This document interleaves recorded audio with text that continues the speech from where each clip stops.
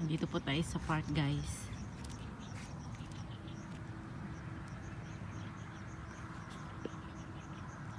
Wait natin yung ano.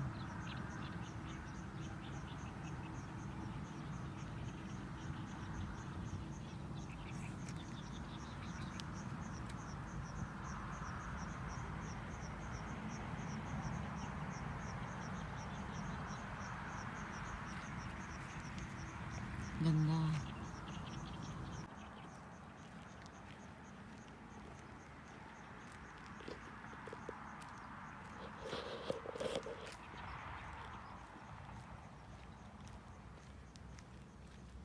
Ikot-ikot lang. Ayan, ito po yung bagong gawa dito na park sa Ipiyong. Diba? May pahingahan pa here.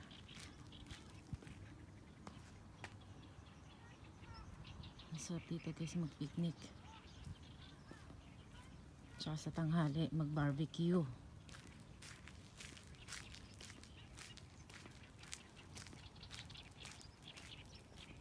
Sariwang hangin. Yan. Maririnig mo lang yung ingay ng mga ibon.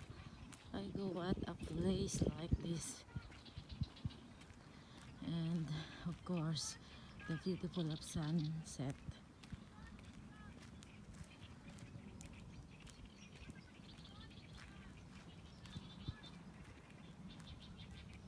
And that's the river.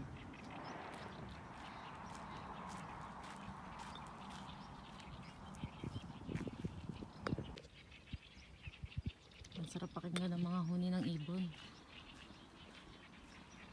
Ang tanging ibon ang naririnig mo, right? Oh my god, what a nice sounds like that. Ito po yung dongjingang river. Ito po yan.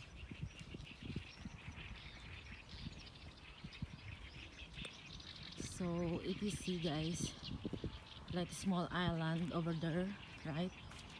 If you see there, like a small island. Ang cute. Ang sarap siguro pumunta dyan. Oh my god, I love this place. What a stone. Stone stairs. Stone stairs. My god, I love it. Yan. Kapag yung mga magbabike po, paikot-ikot po dito, pwede po kayo mag-ikot-ikot dito. Yung mga gustong magbike, ayan, may paikot po dito. And then, yung mga gustong manigarilyo or ayan, upo-upo dito sa bench, meron din po. Kompleto po dito ang bench. Ayan, pahingahan, ganun. Ayan, then, packet po. Ayan po. Diba? Pinagkagastusan ng Korea. Right? Ang ganda, right? Diba? What a sounds.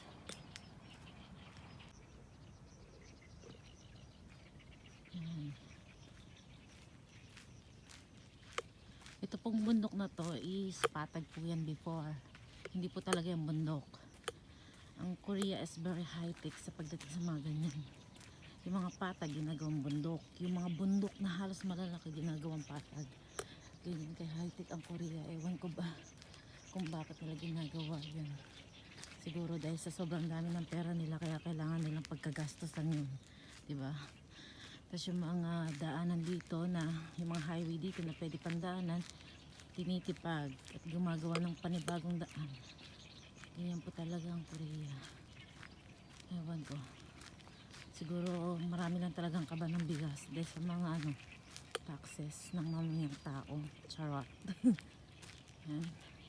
Libot-libot tayo dito. And of course, the mountain. Walang, undong-undong lang. Exercise pag may time. Punta kayo dito pag may time. Yan. Mayama sa alagang-alagang mga puno dito. Yan, God. Baby mga yan. May pampers pa yan, may tukod pa yan. Yan po, may mga bench po dyan. Pwede kayo mag-sightseeing. Pwede din kayo dito. Tambay-tambay.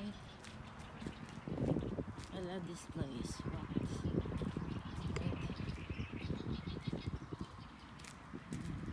My God. I love this.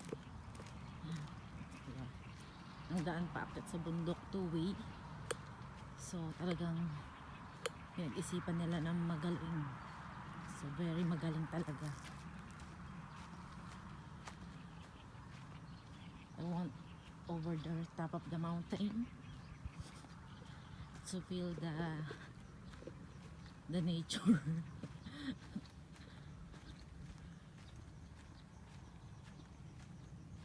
So ayan guys, pakit tayo ng bundok.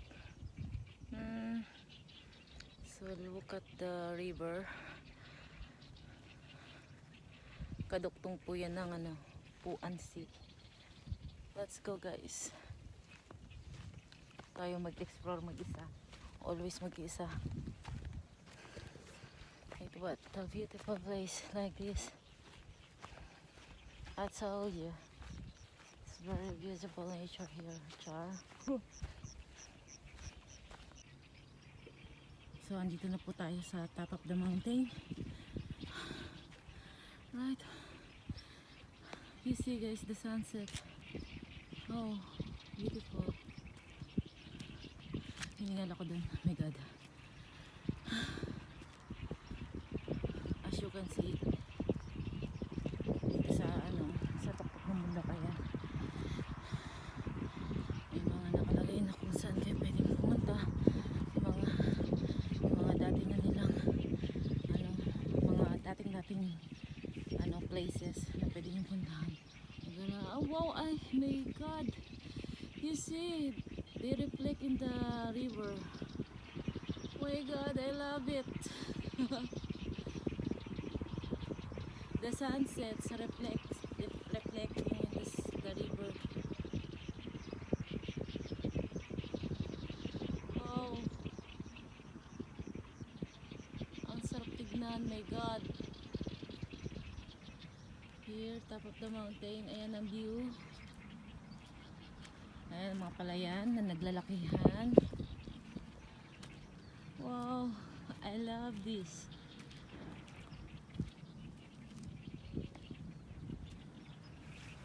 Oh my God, it's the river. Mahaba po ang river na yan kasi kadugtong po yan ng Puan Sea. As you can see, mahaba po yan.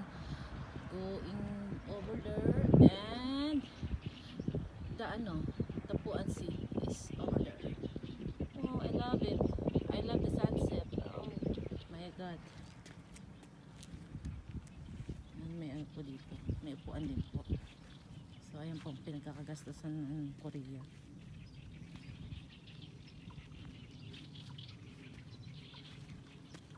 What a nice view.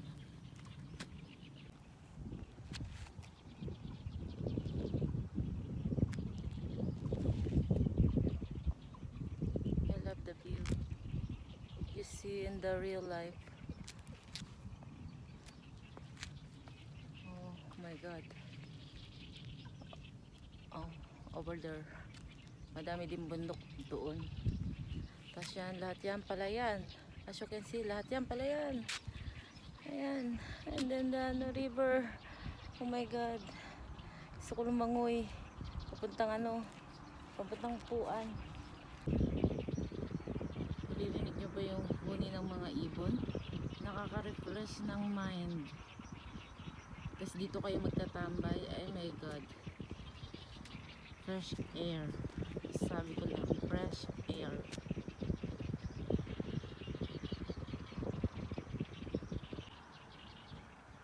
Ayan, may tambayan din doon. Ayan, yung parking lot. Ayan, ang diba? Ang liit. Ayan. Ayan. Here, nasa tayo, tuktok. Tapos ayun pa, may isa pa doon na tambayan din. Ayan po. Ang magandang bundok na ginawa nila. Nakaka-amazing. guys. Ayan. Nakaka-amaze lang. Ayan guys. Nasa likod natin ang river. So, magmuni-muni. Sarap dito. Sarap ng hangin. Very refreshing. Magandang tanawin. Gusto ko yung mga ganitong place. Yung parang nasa paradise ka. Wala kang ibang iniisip kundi yung nature. Nature. And maririnig mo yung mga huni ng ibon. Tsaka yung mga minsan may palaka. Lahat ng klase ng insect maririnig mo. Yan guys, pauwi na po tayo ngayon. So medyo tumidilim na kasi. At tsaka matagal na ako nakapaglakad-lakad. Mga 30 minutes na ata ako nakaikot dito. Nag-exercise din kasi ako, lakad-lakad lang. So tamang-tamang lakad-lakad lang muna tayo. Tsaka yun, magdidilim na nga ako lang mag-isa. Kaya kailangan na natin umuwi, di ba? So guys, sana po watch niyo yung aking YouTube channel, and then please subscribe me.